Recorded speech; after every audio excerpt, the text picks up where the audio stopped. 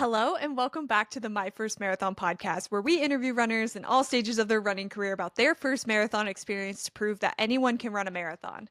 My name is Taylor, and today we chat with a runner who talks about running as a way to help with his mental health. We get into how it's helped so much with his anxiety and ADHD over the years, and aside from his children and his wife, has been a major source of motivation for him to keep running. We break down his first marathon experience as well as his next two races, which, by the way, he announced for the first time on this podcast. So we have a little bit of an exclusive coming your way, and how he's preparing to run those two major marathons basically back to back. Stay tuned to find out what races he's running and a lot of stories along the way. So without further ado, please welcome Ned.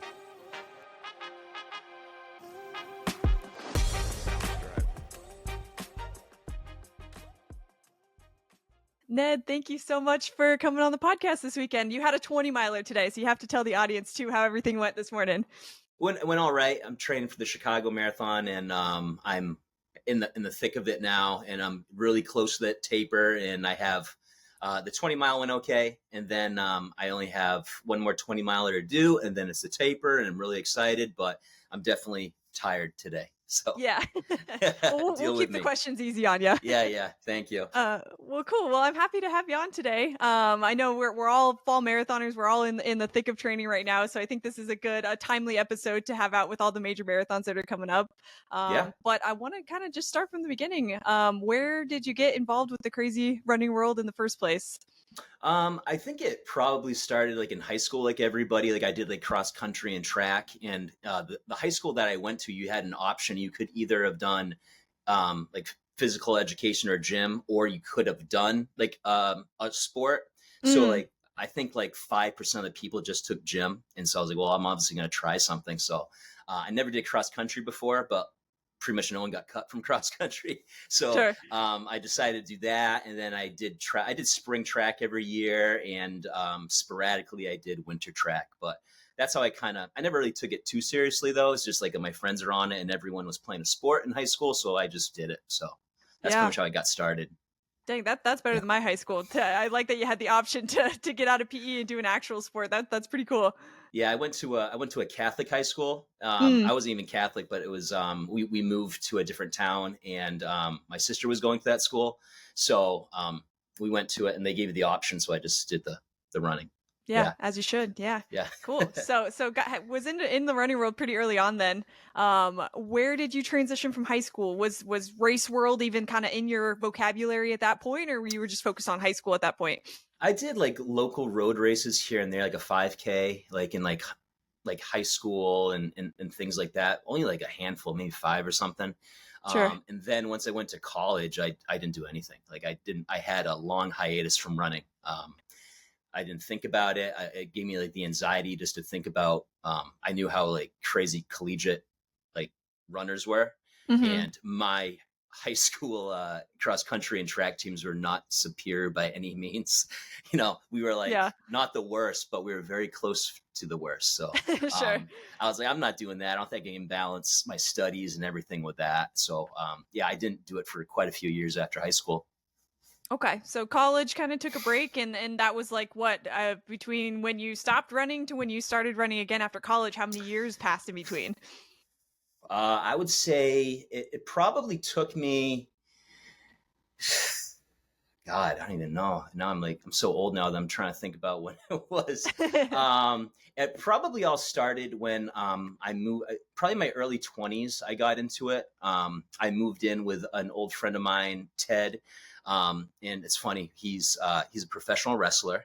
Oh, cool. Yeah, he's actually retiring this year, but on the side, he was a professional wrestler, and he didn't tell anyone about it for years. Wow. Before that, we played in bands together and stuff like that. And then one day we found out he's a wrestler. And we're like, why have you been keeping this from? This is a bizarre kind of thing. But he was always, so anyway, he got really famous around like the Northeast over here, and you can see him on like WWE and like AEW as like extras a lot. Like his name's Teddy Goods, if you ever want to check him out. A lot of YouTube about him. But anyway, enough about him.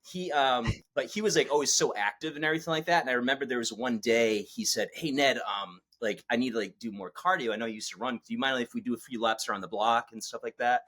And I was like, yeah, sure, why not? I haven't run in like 8 years or something like that, but I used to do cross country and everything, Yeah. and so I could barely make it around the block, and I was like, wow, I got to get my life in check. At that time, I weighed myself, and I was like 240 pounds, and I'm like a 200, 205, 210 pound guy, So I was Sure. like, I didn't like weigh myself for like a long time, and I was like, I gotta get kind of my life in gear. So he kind of was like the motivation under me. I would start going to the gym with him when he was lifting heavy weights. I was on the treadmill or the elliptical and like doing my little, girly man weights and things Sure. like that.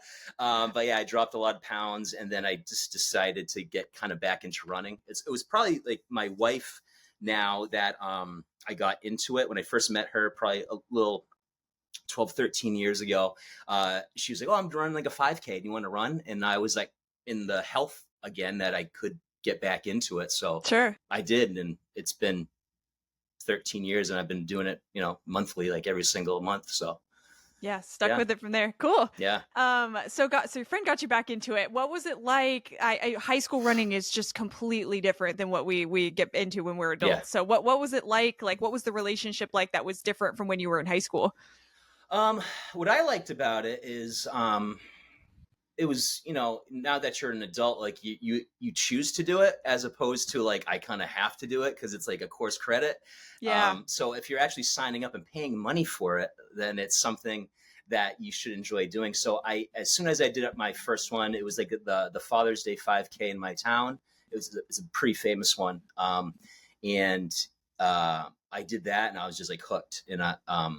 And just like the cheering and everything like that from people, you don't get that at cross country meets and everything like that. So it really kind of changed my outlook on running in general. Yeah. It's more of like you as opposed to like being on a team. Before that you were on like a team for cross country or track. But here it's like you're trying to better yourself every single time, like whether it's a new PR or a new length or anything like that. So I really got into that kind of competitive nature of it. Yeah. No, that makes sense. Yeah. I like how you put it. It's you. You get to choose what you're doing. You're like, whether Yeah. you're putting yourself through complete torture through a 20-mile run like we're doing now, or you're putting yourself through a 5K. Like it's Yeah. you against you. So Yeah. I love Absolutely. that. Cool. And then Yeah. so ran a couple 5Ks. You said you ran one with your wife. Yeah. Were you hooked on races from there where you were just signing up for them pretty consistently, or how did we kind of progress? Yeah, I think it was around that time. I was doing them pretty regularly for like a year, and then I got it into like my mind that like, you know what, like to kind of dangle that carrot in front of you and to like keep you motivated. I kind of started this idea of run 12 and 12. Mm, And so I would every single month I would have a race. It didn't matter if it was a 5K, a 10K, half marathon, but every single month you have to kind of like stay active to prepare for whatever race that is. And then if you miss one month, it doesn't count for the whole entire year. So you kind of keep yourself motivated that way. sure. And so I was doing that very regularly up until like the whole COVID and everything like that. And we just recently started kind of the whole run 12 and 12 like about 2 years ago. And that's what we've been doing. Okay, cool. How did you get Yeah. involved with that? I think I've heard of it before, but I don't know the details of it. How did you get involved in the 12 stuff? I don't know. Like I just thought it was a good idea, and I was like, well, like I don't know. I'm a very motivated person, and I have to like stay motivated in my own way. Once I'm focused on something, I have a very addictive personality. So once I'm like Sure. focused on something, I'll do it. Um, and also what kind of got me into it when I turned, like, I think it was in my early 30s, or I was maybe 29 or something like that. I had to get my blood pressure in check because of hereditary high blood pressure from my parents. So Mm, it doesn't even matter. Even when I was a kid, like I had like high blood pressure, and they said no medication, no medication. They want to start putting me on medication, and I hate the doctor. Like I'm so scared of the doctor. yeah. And it got to a point that my doctor was like, okay, we got the dosage down, but when you come to me, you're like really anxious. Are you an anxious person? And I said, well, I mean, I guess I'm anxious. So I was like, I'm a teacher. So like, obviously kid throws a desk in school, you're not supposed to feel good about it. Sure. It's never happened in my classroom, but I'm just saying, you've heard the war stories, but he's like, I think you have anxiety too. And I Mm, was like, well, probably. And it's like, and by the way that you can't sleep very well and your mind's racing, you probably have some form of like ADHD or something. Mm. And that was never like when officially diagnosed, but when I started thinking about it and my problems I had in like math and everything like that, I was like, that makes a lot of sense. And Yeah. so he started giving me a small dose of anxiety medicine, and I can take it. He says, just take it before work, before you come to the doctors, before you go to the dentist, anything high stress. Whenever you don't have to take it, you don't have to take it. You know, if this isn't something that you have to take every single day, but it should help you out and it should help your blood pressure. And so that's what happened there. But he said, you've probably been able to cope with this because you've been running so much. Wow. Yeah. Because, and he was like, how do you feel days you don't run? And I said, I feel very foggy. I don't feel good when I don't run. It's kind of my morning cup of coffee. Caffeine has never really done anything for me. And it kind of like wakes me up and makes me feel good. And then I got really nerdy and started going to like studies about it. And I said, well, how many like athletes actually do this? You know, why do so many people get diagnosed in their like late 20s, early 30s for like anxiety and depression, things like that? And it comes down to like, especially my generation, like everyone played sports. And even though sports can cause anxiety, it helps people cope with their anxiety, you Sure. know, stress relief and things like that. Even when I was playing in music and bands for years, that was a big stress relief. And so I think I had all these other outlets. And then when it stopped, like I said, for years, I started like really getting anxious and everything like that. And there was a really cool like Runner's World survey that they showed too. A few years ago, they posted it, but 90% of the people surveyed said that they had some form of anxiety that they had, and they used running to cope with it. It's like 90%. So Yeah. it makes a lot of sense. And for me, my number one reason for running is my mental health. With all like the different weights I have on me every day, and yeah, so that's kind of the real reason why I do it and why I've been just keeping on going with it.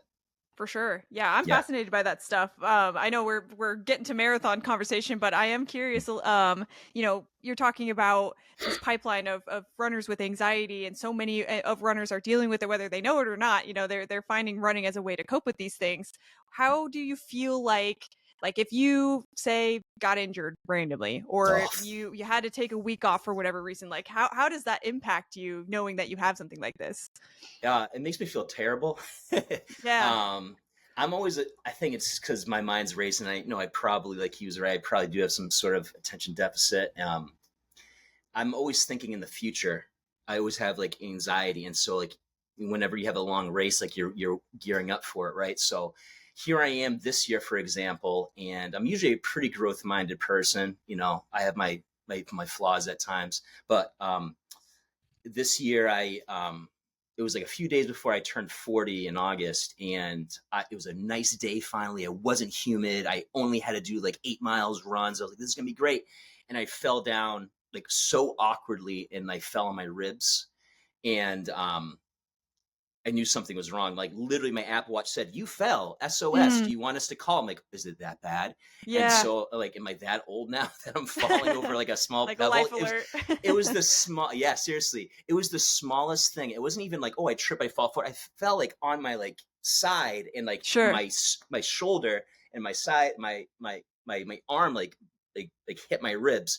And so I had to go to like the doctor. So I started hearing the worst case scenarios. My wife maybe goes like, Ned, you got to go. You got to go. I'm like, so all these things are going through me. Like, if I can't run, I can't do this, and I can't train. And then that means that like, what if I can't do like what if I can't do like the next marathon that people raise money for me, and like all those other things. So definitely have anxiety. And yeah, I just feel horrible when I can't do something that I plan to do, especially when it's running. Because I just feel so foggy when I can't run. Yeah. It's like such like a huge mental health like outlet for me.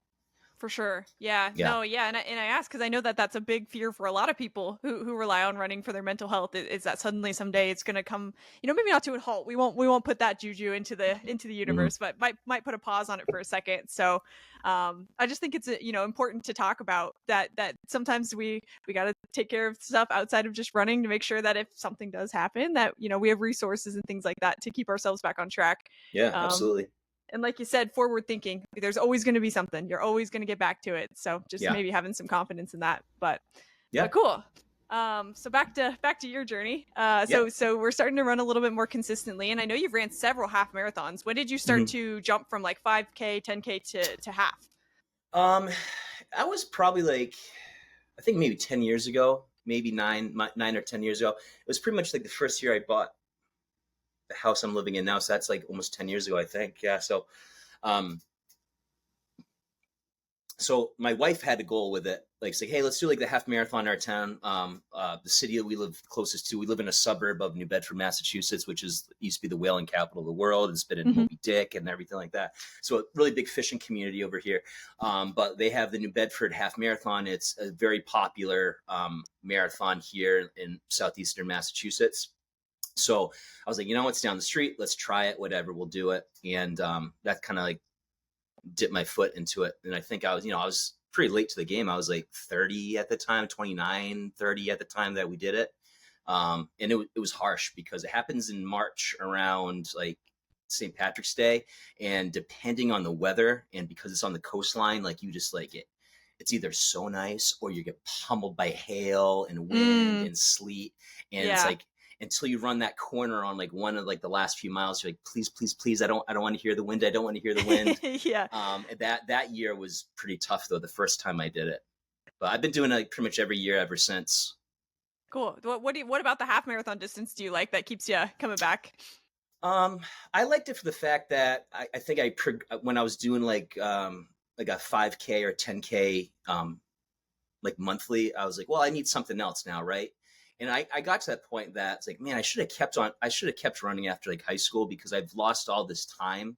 That one, it could have made me feel better as a person, and two, it's like I did dumb stuff in high school through skateboarding, or I'm from the Jackass generation where we would do Sure. stupid stuff and film it, and I was a catcher in baseball, and like my knees hurt, and I was like, I'm probably on borrowed time with these knees. Let me see how much I can fill into this bucket before like I can't do it anymore. So I started doing the half marathon. I didn't die after the first one, and I said, you know what? I think next year I could do better, and then the next year I think I can do better.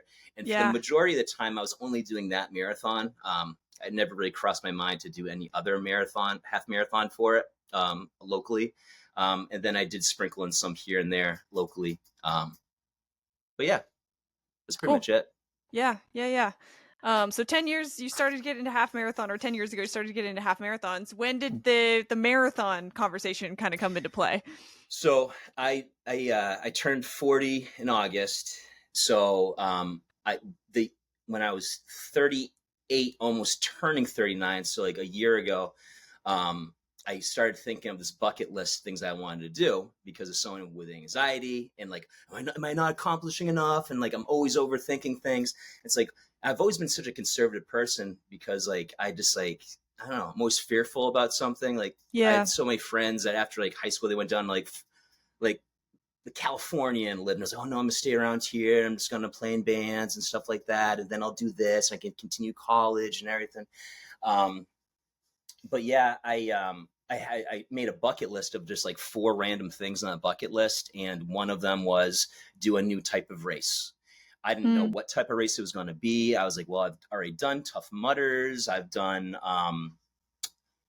tough. I think no, the Warrior Dash. I've done the Warrior Dash, for similar to the Tough Mudder. I've done those. I've done 5Ks. I've done 10Ks. I've done 7 mile races. I've done 4 mile races. I've done a whole bunch of half marathons. What's the newest thing that I could do safely? And I thought that, okay, let's try doing a marathon so I can say that I at least did it once, and I like the idea and statistics. And like every time I saw that, like less than 1% of the world's population will ever run a marathon. yeah. I thought to myself, that'd be really cool to do, you know, if I if I have to walk through it and like drag myself against it, I'll do it. And so that was like one of the 4 things on my bucket list. So Cool. Cool. Yeah, yeah. it's a great bucket list item. It's really attractive to be in that 1% for sure. Yeah. And a lot of people say there's nothing more midlife crisis than someone signing up for a marathon. Absolutely. Yeah, I And see I all my was like, friends around me having kids, and I'm dude, like, "Yep, marathons, let's go." people send me like different reels and memes of this all the time whenever I'm marathon training, like, and they drop into my DMs, and I'm just like, dude, come on. Like, yeah, I know. Like, I was trained for this before I was 40. Okay. So I wasn't like 100% midlife crisis. So I thought through this. Don't worry about me. yeah, yeah, Cool. So started training for or started thinking about training for a marathon. yeah. Um, were you seeking out like resources for training and like doing research about what this whole thing would actually look like? Did you just sign up for the race right away? Like what were kind of next steps? Yeah, my part was like, where when do I want to do it? So I was like, well, obviously I'm not going to sign up for the Boston Marathon, which I would love to do. It's definitely a bucket list because I'm 50 minutes from Boston. I'm a Yeah. Boston kid, but I was like, I don't think I have that go-to energy to like raise that much money for a charity. Raising 15 to 20 something $1,000 for a charity when I have a wife, two kids, full-time job. It's just like I don't know if I have that time. A lot of people Yeah. do. Like I just and I probably could. And but at that point for my first one, no, too much anxiety there. So there was two races. I was like, the fall is a great time, so let's try a fall race, right? And then of course you forget that you have to train for the summer and Yeah. for the fall race, right? That came across really quickly once July hit. But when I was thinking about races, where I'm located in Massachusetts, I'm like 30 minutes from Cape Cod, and then I am like 35 minutes from Providence, Rhode Island. So we're Mm. actually even like closer to like Rhode Island than we are to like Boston. So Newport did a marathon, and Cape Cod did a marathon on like the Chicago Marathon weekend, like the Columbus Day weekend. So I said, well, that's probably the one that I want to do. So which one do I want to do? So I started looking at things, and I saw that Newport was really hilly. So I was Mm. like, and Cape Cod, there are some hills, especially near the end, which really sucks. But I was like, there's less elevation, so I think I'm going to pick Cape Cod. So I decided to do the Cape Cod Marathon, and so I signed up for it. I booked an Airbnb for the family, like a year in advance, and then I was like, well, I'm in it to win it now. So Yeah. So a full year out, you said you were from the marathon from when you signed up? um, let's see, when did I sign up for it? I think it was very shortly after. It wasn't a full year. I would say, I don't know, maybe close to it. Maybe close Okay. to that. Yeah. Maybe very shortly after my birthday, because then I started thinking about like the bucket list things I was going to do. So I'd say probably like, maybe 9 months. Cool. But yeah, Yeah. give yourself plenty of time to train for it, which I think is good for your first one. There's a lot that is going to go well, and a lot that you're going to have to Hmm. adjust and get used to. Yeah. So I think that's a perfect amount of time. Yeah. And then, what training resources were you seeking out at that point? Like, how were you piecing together how you were going to accomplish this thing? So I I applied. So when I applied for it, I was already training for I think the New Bedford half that year. Okay. So I was like, well, let me just like up my running here and there. And then I asked some friends that did do some marathon trainings. They gave me some of their kind of schedules and things like that. And then how do you say it? The Hal Higdon? Or Yeah. what's that? Hal Is that Higdon. Yep. am I saying it right? Great. Yeah. So I always use his. I used it in the first time, and I'm currently using his, and I just kind of upped mine from last time. So I just downloaded a schedule, and I can't follow it precisely every day because of like my hectic schedule, but I'll like flip different runs here and there for when I can do a long run, and make sure I have some recovery time in between different ones. But I did that, and I was doing pretty good with it. Yeah. So yeah. Yeah. I'm a big Hal fan as well. I'm using it for my marathon right now. I like how it's all breaking out. Have you ever used the app, the Run with Hal app? No, I haven't. Oh, it's a great one. You should check it out. It So yeah, basically real. takes the plan and puts it like day by day for you, so you can. I just feel good anytime I can hit check. Yep, did that run, off the list and have it go away. So you're a good student, is what you're saying. I like to check things off the list. I'm definitely You're a a real list Hal person. gal. For sure. Yeah. Cool. So we're working with Hal for the first marathon. Mm-hmm. What were just like the notable points from training you remember? There's a lot of new stuff that comes up for your first marathon. So if there's any kind of notable stories you remember from training, what were they? Yeah, like I said before, like you come to like the ugly like reality of there was good, bad, and ugly with it. I would say the good part of it was because you're ramping up your mileage whenever and I was still doing like my run 12 and 12 kind of thing, like one every month at this time still. So I still had other races I had to do, and I ran the Independence half marathon in like the end of June in Bristol, Rhode Island, which is like the oldest 4th of July parade in the country. Oh, cool. And so before a few weeks before, they have the Independence Half Marathon. And because of my training that started for the marathon, like I got like one of my best PRs for like a half marathon. I was like, oh wow. So like all this come into fruition. I got my best 5K time because I was training so well. I was like, wow, this is awesome. Like my marathon's going to be great.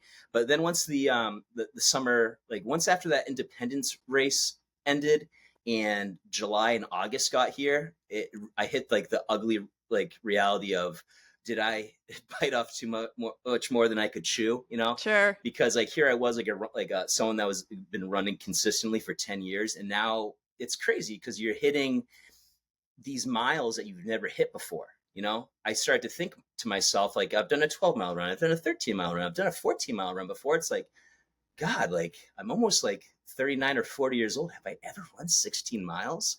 And so it's like really crazy and cool at the same time. I remember the first time I hit 20 miles, I just like came back and I was like crying. I was like, why am I crying? I was like, oh, I'm just so freaking proud of myself for running 20 miles, you know? Yeah. And my family has always been a huge support. My wife will cart around the boys. She'll check, follow me on the Strava app, and she'll see where I am, and they'll be waiting with me, like and like cheering me on and stuff like that. But some of the real bummers of it was I got heat exhaustion twice. Oh, wow. And I got really down on myself because one day I got heat exhaustion. Like it was so early in the morning because I'm not dumb. Like, you know, you got to wake up early to do these long, early morning runs, especially when Sure. you're dealing with 2 kids. So I would wake up really early. And there was like one time I woke up like 6, 7 in the morning and I only had to do 5 miles. And I came back and I was like, I wouldn't even like run like the extra 0.1 back to my house. Like I was like, nope. I said, I do 5 and I'm stopping right now. And then I just felt like crap. And I was like, I think I got heat exhaustion. Like, and it was like little things I learned, like, oh, I'm wearing a dark shirt. It doesn't matter that 7 in the morning. It's hot. It's humid. It's trapping in all this moisture. So now I don't really wear dark shirts unless it's like winter time or it's like a casual kind of thing. Like, Yeah. So I always wear either like a tank or like lighter clothes because I'm somebody that sweats like an insane amount. Like, Yeah. Like if you did one of those like trendy like sweated out summertime videos, like Yeah. I like don't even try to compete with me. Like I don't want to make you look bad. Like Yeah. I think I did like a post last year with it, and people thought I was lying. And so like the next day I did it again. I was like, no, I'm not. Like this is like literally how much like I lose like when I sweat. So I did that, and yeah, it was just so hot, and I think it was a lot hotter, I feel, than this year. But yeah, the heat was really, really bad. And like, you know, not being able to sleep too much while training, you know, because you have to wake up really early in the summertime. As a teacher, it's like, oh yeah, it's great. I get to sleep in. It's like, no, I'm marathon training. So I'm not sleeping in the summertime when I have my time off, you know, because then after that I have to deal with like 2 crazy kids. And yeah, so that was kind of like my big things there. Learning that I have to drink water and learning that I need a fuel because I was for up until that year, even after half marathons, I would never drink water. I would never fuel myself because I was always so prone to getting cramps. And I think my body trained me to like, you're okay to drink water. Like today, when I was on my long run, I left a bottle of water at my friend's house that's like exactly 10 miles from me. And then I pulled a Peter Rabbit and I threw some water in like neighboring areas last night. Yeah. And I snuck in my gum today. Pro tip, you got to make sure those are sealed to make sure that you're okay with taking it the next morning and like no one did anything with it. Like a bum's just like not doing something sketchy with your water bottle. Right, so that's a good point. Yeah. So I always make sure I go to like go to the gas station, like make sure it's like a real one. I hear the click and like, okay, no one messed with it. We're good. But like, yeah, I just downed both of those and like I can drink water like a camel now and I'm fine. But before that, like learning how to fuel and to hydrate yourself was really hard for me. Yeah, it's tricky for your first one. I don't know if you feel like this, if this is just my experience or not, but like I didn't know that you were supposed to have more grace with yourself on pace during the summer, that you should maybe slow down a little bit so that you can like recuperate. Did you know that for your first marathon? Yeah, I didn't even know what to expect because I think my whole entire brain for when I was doing half marathons was every time I finish, I would, you know, I've gotten to the point where if I'm feeling really good, I can run like a 7 and some change mile pace during a half marathon. Yeah. But after that, I feel horrible if I don't Sure. recuperate and refuel and stuff like that. And so every time I did that, I would be like, wow, if I did a marathon, I would have to do that twice. And it came to, and then everyone would be like, oh, so when are you going to do like Boston? I'm like, dude, Boston's a full marathon. I would never do a full marathon. And I had to get out of my head that, wait a minute, a half marathon is completely different from a marathon. Your pace is substantially slower. You just have to get used to that. So that was a huge thing for me. Yeah, definitely. It took, once I did like my first like 12 miler in the heat, I was like, okay, I got to slow down. And then it got down to like a comfortable kind of like cruising pace. So besides that, the training last year went very, very well. I was happy with it, especially with the conditions. But yeah, that was a big realization. Like, you got to slow down. They're totally different races. For sure. Yeah, for sure. All stuff that you kind of reality hits you in the face when you train for your first one. So cool. And then race day rolls around, or we're getting closer to race day. I assume you did some sort of like taper leading up. How was like anxiety, life feeling when you were those couple weeks out from running your first marathon? I felt really good, but I did feel anxiety because you get so used to those like high mileage miles, and then you start getting kind of the blues a little bit. It's like, I kind of want to run today. Like, can I just run like 2 miles? Can I run like 3 miles? But then like, I'm very straight to the point. Like, I'm like a robot. If you tell me to do something, like, I'm sticking to that plan. So I was like, it says I'm not supposed to run today, so I'm not going to run today. So I'm just like that sad meme of just like looking outside like the window, and like people like, it's raining and like people are having fun. I was like, I wish I could run right now. Like, because like I said, for my mental health, it's like so substantial to do it. And that was a hard part. Yeah. But generally, you said feeling pretty good about the race itself, just like things leading up, you wish that you could put in a little bit more mileage. And then you said that you were traveling to an Airbnb towards the marathon. Was that like logistically a couple days before, so you could go get comfortable the day of? Like, when were you traveling in? Yeah, so the Cape Cod Marathon weekend, it's a Saturday and Sunday. So we went up the Friday. I didn't have to call out of work or anything like that because we live so close. But obviously, because of it wasn't due to beach traffic. This was they were doing work on the bridge to get to the Cape, so it took us like forever to get there. Like, it usually takes us like 35 minutes to get there. It took us like an hour and a half. I was like, oh, this is great. So we got there, we finally settled, and we settled on the Friday. I got everything ready. I even brought up like my portable cold plunge so I could have it outside. Smart. And I was like, I got everything. I had a little Excel spreadsheet, and I was checking everything off. And then so we did that. And then on the Saturday, the house was only like 0.7 miles from the start line, so it was great. So for the first day, I just ran, for that Saturday, I ran there as kind of my shakeout run, and I got to watch the half marathon and the 5K, which happens on the first day. Yeah. And they had to do this really cute kid run for the kids that's free of charge. But it was really cool just like to see everyone walk by, and I was like, man, it's crazy. Like, tomorrow's going to be the day and everything. So, we had some friends come up. I had my wife Shelby and my boys Jack and Milo. My buddy Phil came, my friends Tanya and Matt, and then they brought their little one, Lincoln, the second day. So that we had a little cheer team for me. So they slept over the night before in a separate room, and they were ready for the next day. Yeah. Cool. Were you going to strategically put them throughout the race where you knew you needed them, or were you kind of leaving it up to their discretion? Well, I picked where we were going to pick my Airbnb because I'm so anal retentive with everything that I was like, wait a minute. It's like, if you go from our rental and just go all the way down. So pretty much where we were, where the Falmouth Road race ends in this location called Falmouth Heights. That is exactly, God, I don't know how many miles that is, but you loop by it twice in the Cape Cod Marathon. So I had them go down there because I think it was maybe mile 12. So I got to see them around that mile. And so they could go there. So I got to see my kids and my friends, my wife and everything. And then my parents came. The funny thing about parents watching their like older child now, like in races. Until I started running as an adult, my parents never saw me like run like races Yeah. in high Yeah. school. Yeah. And my mom was so cute because she would just be like, okay, well, like, my parents are in their 70s.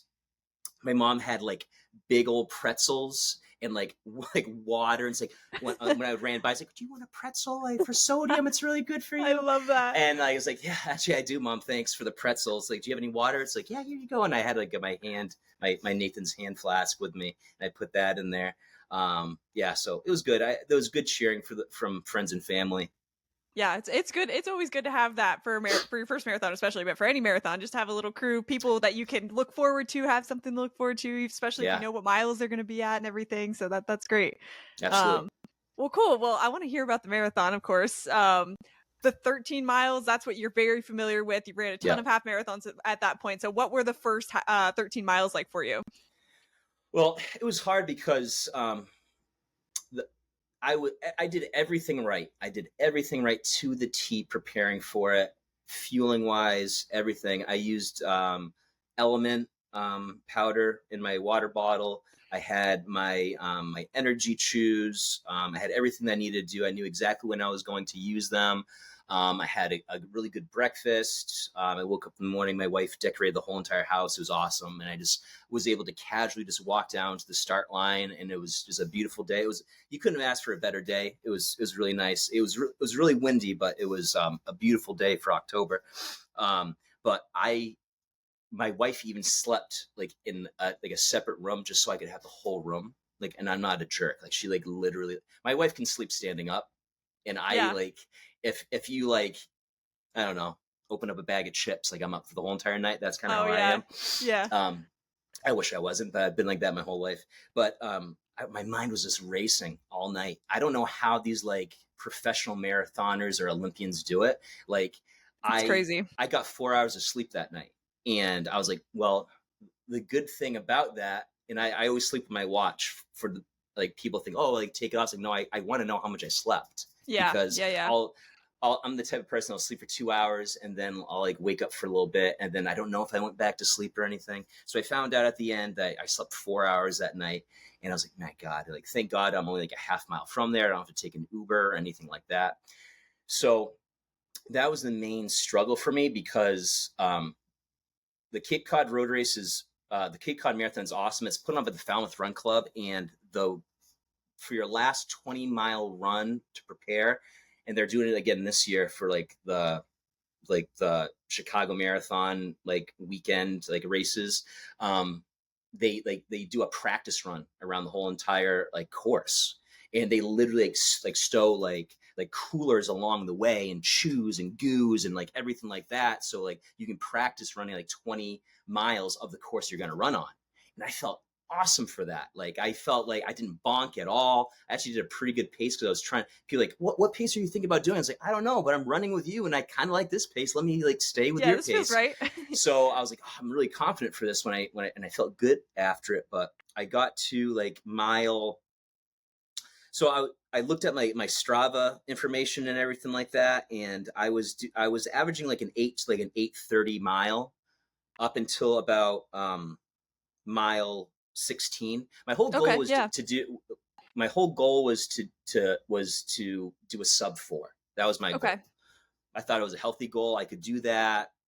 I'm just pushing myself a little bit more than I was doing in like marathon runs, but it wasn't anything crazy.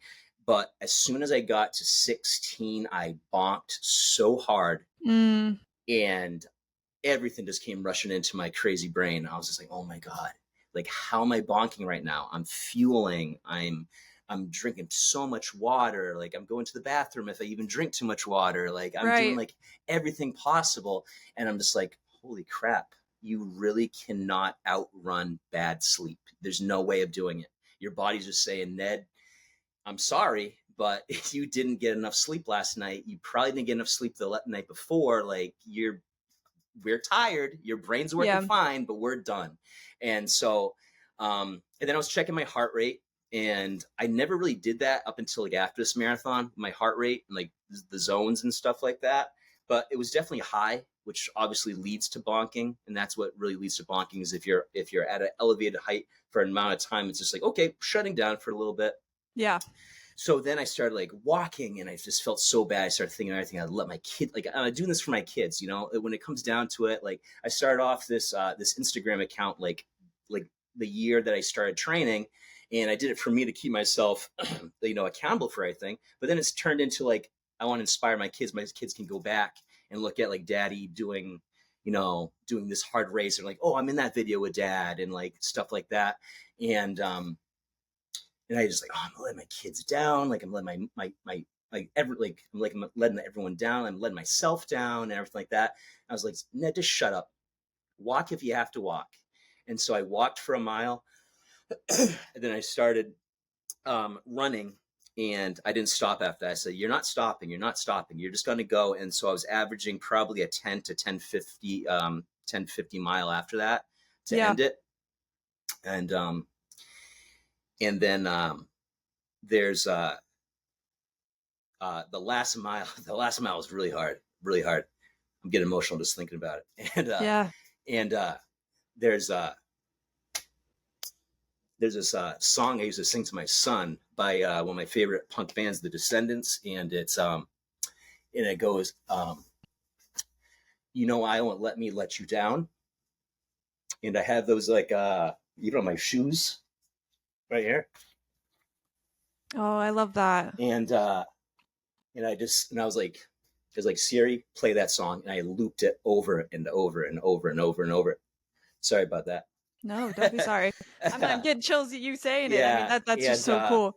Yeah, and then I was just like, do it for Milo, do it for Jack, do it for Milo, do it for Jack, and then they're at the end for me, and I got to hold my youngest, and I got to run with Milo at the end, so to cross the finish line. So, yeah. That was it. No, that's incredible. I mean, just being able to share that with your kids. And I've said this to other parents who have talked about that experience too on this podcast. It's just like, what a great example that you're setting for your kids at such a young age, you know? I don't know if you mentioned how old they were at the time, but just at any age, just being able to show as a parent that you can do hard things like that. And like we talked about in the beginning, it's our own goals that we set out for ourselves too. It's not, nobody told you to go do it. Nobody told you, hey, you have to run this race, or you're part of a team, you have to contribute here. It's not that, it's you versus you. I think that's just such a great example that you set for your kids when you do stuff like that. So that's awesome. Yeah. So that was good. It was a great moment at the end. Like once I got past that idea, I was like, Ned, you're not making the 4-hour mark. That's just it.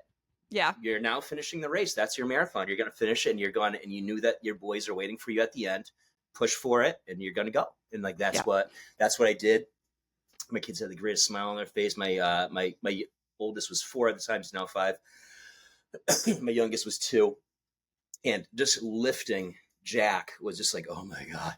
Like, like, and I was like, I thought she was going to give him to me like a little farther, like near like the finish line. And like Milo's so excited that he's like dragging me. I'm like, okay, let's go. And so like, I'm trying to put on like this fake, and like, thankfully, like I had my sunglasses on, because as soon as they gave it to me, I was just like crying, and I didn't want anyone to see me cry. I was like, come on, help daddy win the race. And it was great. They gave him his own little like Cape Cod sheet and everything like that. And like, cool. He loved it.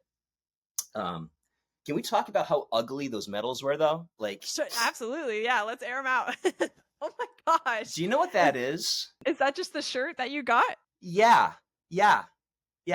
That's just the shirt. So they had 3 different shirts. This was the marathon shirt. There was like a different colored one for if you did the half marathon or the 5K. Yeah. Now, I will say, I love the Cape Cod Marathon. I love the Falmouth Run Club. They are fantastic. They even admitted that this was a bad call. And it's so rough. Heavy. Like, you could crack a windshield with this thing. Like, really? if anything happens to me, like if I'm locked out, I'll just take that thing. And I just remembered when they posted on like Instagram or something, like all the comments are like, you're kidding, right? Like, this is like, not the medal. It's a prank. And the medals this year are just like beautiful. These nice like scallop shells are all gold. I'm like, oh man, it's like, can I switch or something? Can you swap it out? Yeah, but but besides that, everything else was great for the marathon. Nice, nice. Yeah. And for anybody listening, the medal that he just showed was basically a 3D print of the T-shirt that you got Yeah, from the race. the long sleeve T-shirt that you get, the tech T-shirt, and like they thought it was a good idea. It is kind of a cool idea, but after you run 26.2 miles, give me a nice little, scallop shell Yeah, something to around my show neck, off here. please. Yeah, Well, it's good yeah, that I guess that they took feedback for this year, so y'all gave them yeah, y'all gave them yeah. some good feedback. And they're great. I love them, and they follow me on Instagram, and they're great. They know I'm on this podcast talking about it. So Cool. sorry, guys. The medals were all ugly, and your medals this year are awesome. Yep. Took that advice for sure. Yeah. Well, cool. Well, I mean, I know not you had these goals set out for yourself, but we talk a lot as runners about ABC goals and the importance of having those different goals set out for yourself because you never know what's going to happen on race day. So it sounds Yeah. like that even if you didn't get your A goal, B goal was a close second for sure. Yeah, absolutely. Well, sweet. And I know you've got some big races coming up. You want to talk about kind of what's changed since that first marathon to what you're working on now? Yeah, so you've probably experienced it too, right? Like the marathon blues. Yeah. Oh, like absolutely. After you're done, it's just like it's like committing. It's like somebody building a house, and now it's done, and you have to move on to the next house. But I just spent so much time working on that house. Or it's like you taught a great group of kids, and like now they're gone. And sometimes like every single year, there's a hodgepodge of different kids. Like, oh, they all listened to me. They learned so much. Like now they're gone. It's like, what's next, right? And so I really had the blues. I didn't think I was going to get it, but I was like, what do I do now? Like, I've already done like all these other races I'm going to continue to do, but it's just like I feel like I need something else. And before I ran this marathon, during the summer training that I was doing for it, I visited one of my best friends from high school. He lives in Chicago. He went to college in Chicago. And when I was out there, you ever been to Chicago? I have, yeah. Beautiful, right? Beautiful. Absolutely. Love it. And it was my first time. And as like somebody that like was a musician and toured and things like that, like I never went to Chicago though. And I love Chicago bands. I like the Cubs because they used to really suck like the Red Sox did before they got good in the early 2000s. So we had that going on. But there was runners everywhere and like it was flat.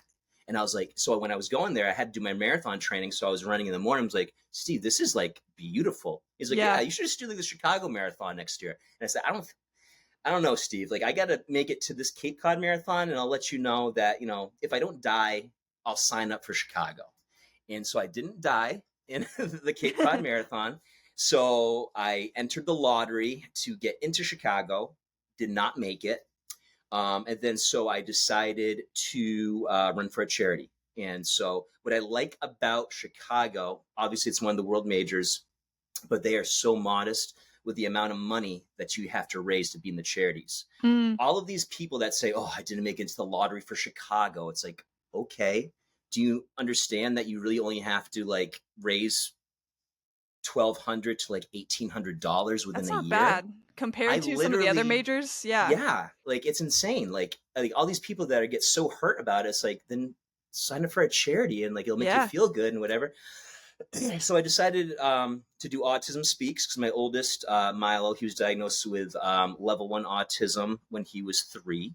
Very cool. It's the new term for what Asperger's used to be. Okay. So a lot of the time you don't know he has it. He's definitely very quirky, but he's working through it. So I decided, hey, I'll run for Milo again. And so I signed up and I literally raised my money, I think in 3 days. I put it online and I said, I'm running for Milo. And like people that I didn't talk to in years signed, like, it's like, bam, bam, bam, bam, bam, bam. Like, I was just like hoping to like just get this done in a year, and I got it done. Yeah. So within that time, I already got it. And then when you sign up for a charity, this particular charity, they already pay for like your bib and everything like that. So like you technically run for free if, depending on how much money you raise. So I raised my money and I did that. And it was just, and it was kind of a no brainer. I'm staying with my buddy Steve that I visited. So we get a free room and board. And he lives very close to the start line. So we booked tickets, we got everything prepared, and we were good to go. And I started thinking about training. And I was just excited because it was 50,000 racers there. And Yeah, it's huge. It's supposed to be like the biggest one they've had this year. So I'm really, really excited for it. And one of my coworkers, Jen, she's the math teacher in my school. She's running it. So we're going up with her, her friend Kristen, and my friend Nicole, who's actually her husband I work with as a math teacher. So like we're all going up. It's going to be not a lot of people in the 8th grade wing that day. Yeah. But it's cool for us as teachers because it's, the Columbus Day weekend. You already got that Monday off. So it's pretty sweet. Perfect. Yeah. So I was training for that, and a little wrench got thrown in my gears in a good way, but you're the first to hear this because I haven't said it yet. So by the time this comes out, it'll probably be okay for me to say it. But my coworker Jen said, "Oh my God, Ned, me and Kristen entered this sweepstakes through Michelob Ultra, and we won the sweepstakes to get a free bib to the New York City Marathon this year."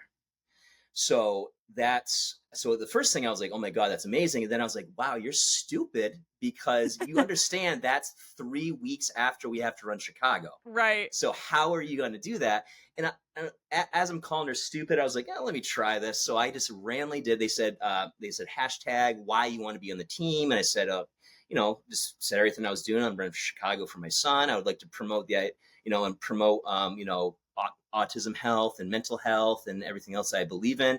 And then like 3 days later, they said, and I thought it was just a scam. It's like, "Hello, you've been selected for Team Ultra 7.0 for the New York City Marathon." And I was Crazy. like, "Is this real?" And they're like, "This is real." And so it is real because I've been talking to them and everything like that. Yeah. And it just sent a wrench in the gears. It's like, okay, I was trying to race for a PR for Chicago. Now what? Because obviously I can't run for a PR and then recoup and do it 3 weeks later, right? Yeah. Yeah. And I don't know if that happened to you, maybe it's just me because I'm an old guy, but when I ran Cape Cod, I felt fine after I ran it, but I could not get up to, my body would not let me run up to double-digit miles for probably 3 months. Yeah. I was just like, bonk. I was like, what's happening to me? I feel fine, but I'm feeling that bonking again. So as soon as I heard that I got into to do Michelob Ultra, and I can't wait for that because they literally, between I think wave 3 and 4, they have their own Michelob Ultra wave. Like, so cool. So if you turn on the major networks and see it, like you're going to see Team Michelob Ultra run. That's awesome. Once, between 3, the stuff that they're doing is I can't believe. I don't know how I got into it. I don't know how my coworker got into it and her friend. I don't think a lot of people applied this year is what it comes down to. Yeah, so everybody's making it in. it was just the idea of okay, I just turned 40 and now I'm going to run 2 world majors within a month of each other. And I was like, I can't pass that up. No, not at all. Yeah. So my training turned into, okay, my training is no longer, my PR is no longer getting sub 4. My PR is finishing both of these in a month.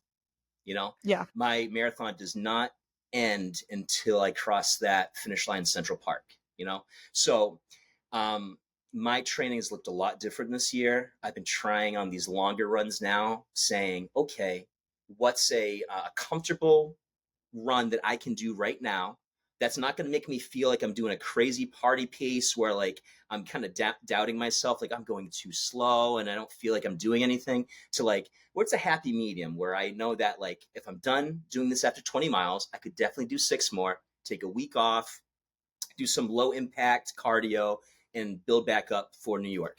And so that's been really helpful. So my goal is to do 9:30 to 9:45 miles as opposed to I was going to do 8-minute miles to get ready.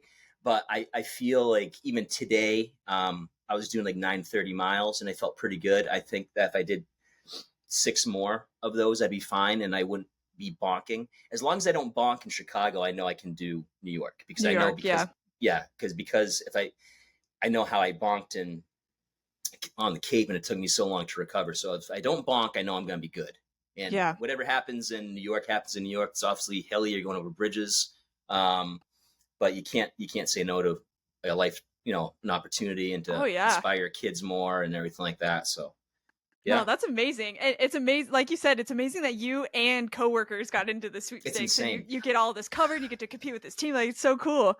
I legit think that people like really didn't sign up for it this year. There's like Yeah, I think I don't even know. I don't even know if I even made I don't I really don't know. I think I even we missed the won't question deadline. it. I got in. I don't know. I don't Yeah. I really don't know. Like I said before that we came on, like I got into the Falmouth Road race, which is hard to get into unless you're a Falmouth resident. I got into that this year, which I've never gone into before. So I'm not really big into lottery because I never really win whenever you buy like a scratch ticket or anything like that. So which is good because I have an addictive personality and I'd probably if I kept on winning, I'd probably keep on scratching. Sure, sure. So, yeah, I guess just my advice to people is if you see like an advertised possibility to run for any race, any world major, anything like that, just like go for it because you don't know you're going to get. I remember, I forget who your last guest was, but he got to run the Boston for like Poland Springs, Yeah, yeah, yeah. right? Yeah. I was like, yeah, it's like, try it. Like there might be a lot of people like you that say, oh yeah, I'm probably not going to get it. It's going to Just take you do like it. 5 seconds to hashtag. Just like Yeah, hashtag why you exactly. want to do it, and you could possibly get a bib. Yeah. So yeah, that was actually my original goal. I was going to do Chicago, and then I was going to rest up, and I was going to be like, you know what, I'm going to do Boston. I want to run for Doug the Doug. I think it's the Doug Flutie Foundation because that's one for autism as well. And so I'm going to do Okay. that, and I'll try to get on that team, and that's my goal. But as soon as I got into New York, I was like, okay, I think two's enough. Like I don't know how I'm going to feel after doing New York, so I'm going to take a break from marathon running for a few months, and then maybe pick it up again in the fall. I don't know. Yeah. So that's in the future. Yeah. I mean, you've got some exciting stuff coming up to focus on, Yeah, so I think you got plenty I'm to really keep your pumped. mind busy right now. Yeah. Real pumped. Just trying to stay healthy. For sure, for sure. Yeah, Well, cool. Well, I'm excited to see how this all plays out for you. With yeah, with having two major marathons coming up, and yeah, I always like to ask at the end of these shows, like from your first marathon experience to now training for your second and third at the end of this year, yeah. like what are some pieces of advice that you would offer to somebody, just based off of your experience so far? Um, I would say if you're ever thinking about doing it, just do it. It's don't be in it, and it's hard. It's you can't tell someone with depression to smile more. You can't tell someone with anxiety to just calm down. It's part of what you do. But like from somebody that is dealing with anxiety and other mental health issues, it's like just do it because I wish I started ramping up a little bit more years ago because once I did I can't even imagine how great it would feel. I mean, it feels great running and like knowing that I'm inspiring my kids and everything like that, but just knowing that like the next day I don't have to take care of anybody. I can just like be lazy and have my feet like set my feet up and stuff like that. Um, and just because now I'm on borrowed time with my knees and everything like that. I'm trying to I cold plunge every day to help with all the stuff, but yeah, just like if you're scared to sign up for it, just sign up for it. It's worst thing's going to happen is that you're going to get a medal and you're going to finish a race. You're going to get a nice banana, some orange slices, my personal favorite. Yep. Orange slices are way better than bananas, by the way. They're like the OG like food. I love them. But Yeah. anyway, yeah, just sign up for it. Don't be scared. Don't be like someone like me that was like turning 40 and now you're finally like getting into marathon running. Because once you're like complacent and you're standing, I was doing half marathon, and if that's your thing, it's your thing. Movement's a great thing, we know that. But like, just you want to keep on trying to do better as people, right? So just sign up. Yeah, I love that. And I love that this advice keeps coming up because I'm glad that people keep reiterating that it's going to feel scary. You're going to feel like it's something that's out of your reach. Do it anyways, and you'll figure Yeah, it out along the way. I and just love that. you know who else is scared? All the 50,000 other runners that are there. Whether Exactly. you're the elite runners that are racing before, that are racing for like their livelihood, because they're literally racing for money. That's what they do for a job, right? They're racing for that. Other people are racing for charities who I feel, I know it's a whole big thing and that's been talked about a lot that like, oh, charity runs aren't real. No, charity runs are real runners. You know what they're doing? They're raising money for charities and Yeah. they're putting themselves through the torment and training and not seeing their kids and like not being able to go out at night because they got to wake up next early for a run. And they're doing all these things to raise money for a charity, and they're putting themselves through like this abuse to run. So like, that's not just being like a runner. That's just being a human being, Absolutely. a good human. So yeah, I love that. Well, cool. Well, like I said, looking forward to seeing all of this come to fruition for you over the next couple of months. And if anybody wants to follow along with your journey as well, where can they find you? They can find me at Instagram. I have C.Ned.Run. And that is my Instagram, and that's it. And I have random videos here and there, nothing too crazy. But again, it's pretty much set up for me as a running diary, and for my kids to look back at dumb videos of their dad. So perfect. Yeah. Well, cool. Well, I'll make sure to link it in the show notes, and definitely, we've got a big announcement coming up. Hopefully this podcast comes out shortly after you announce New York to the rest of the world. But definitely follow along with Ned to see the rest of his journey. And I'm looking forward to seeing it too. Thank you so much for coming on and talking to us today. Thank you too. Thank you so much for tuning into another episode. If you're enjoying My First Marathon, it would mean the world to me if you could rate and review the show. And if you or someone you know has ran a marathon and would like to share your story, I have a guest form to fill out in my bio on Instagram. That username is @MyFirstMarathonPod. See you on the next one.